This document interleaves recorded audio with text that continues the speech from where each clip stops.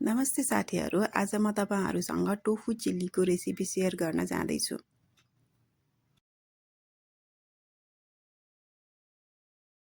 यसको लागि 200 ग्राम टोफुलाई बोइल गर्दिने, टोफुलाई चिसो गरी सानो टुक्रामा काट्ने, एउटा भाँडा तताएर त्यसमा थोरै तेल हाली टोफुलाई स्यालो फ्राई गर्ने,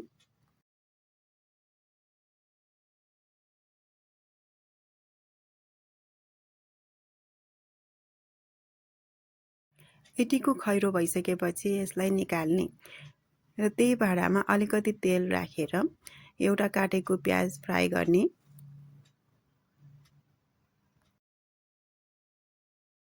एउटा काटेको हरियो खुर्सानी र एउटा काटेको क्याप्सिकम राखेर यसलाई एकैछिन फ्राई गर्नुपर्छ।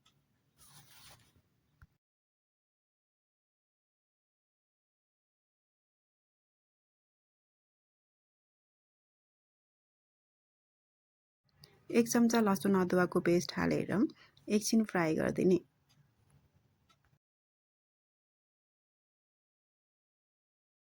अलिकति काटेको गोलबेरा राखेर एकछिन फ्राई गर्ने। त्यसपछि आधी चम्चा बेसारको धुलो, नुन स्वाद अनुसार, 1 चम्चा जिराको धुलो, 1 चम्चा चिल्ली पाउडर राखेर चलाउने।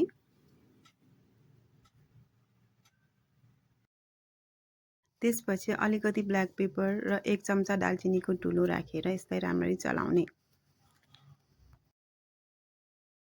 1 चम्चा सोया सस र 1 चम्चा टोमेटो केचप राखेर राम्ररी चलाउने।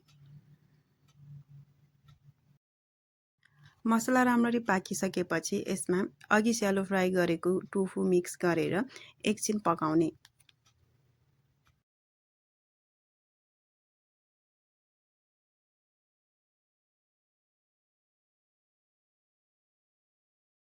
काटेको धनिया राखेर गार्निश गर्दिने।